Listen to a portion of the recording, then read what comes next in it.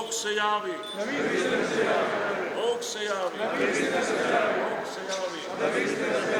Честит и вечен ден е празникот. Без традиционалното скокање по крстот, богојавлението се дочека годинава. Поглаварот на Македонската православна црква ја испрати пораката од црквата Рожество на Пресвета Богородица во Скопје. Големиот празник не објаснува целта на Христовото доаѓање како Син Божи, како вистински бого-човек, тајната на крштавањето, но и на покаянието и на исповедта.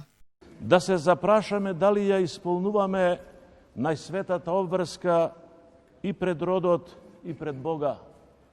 Дали во нашиве постапки го има потребното човеколюбие и родолюбие и колку нашиве меѓусебни односи го потврдуваат нашето боголюбие. Размислуваме ли колку време и колку љубов им посветуваме на луѓето околу нас и колку на Бога. Празниците на нашата света вера се токму за тоа да не подсетуваат на настанот или богоугодникот, но и на тоа како живееме и како постапуваме и кон себе си, и кон другите, и кон Бога. По завршувањето на литургијата го изврши осветувањето на водата во црквата. Осветена беше и водата на реката Вардар во главниот град. На овој ден во реките и езерата се положува светиот крст кој годинава изостана. Се верува дека со положувањето на крстот водите стануваат лековити.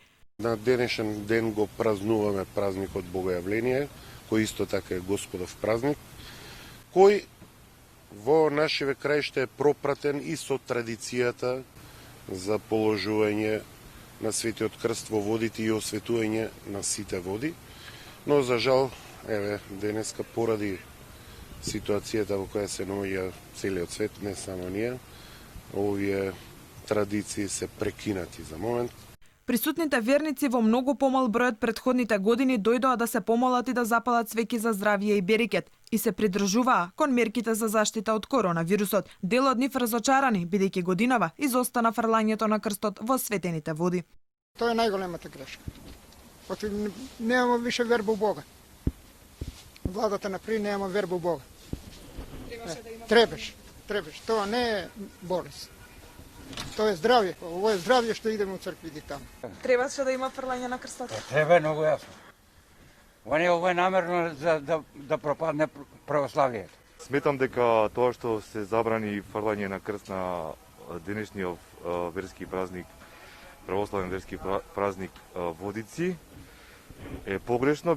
Празникот Богојавление се одбележува уште од вториот век. На овој ден, според христијанското предание, Свети Јован Крстител го крстил Исус Христос во реката Јордан. Празникот се нарекува уште и Водици поради големиот водосвет што го извршува црквата на овој ден.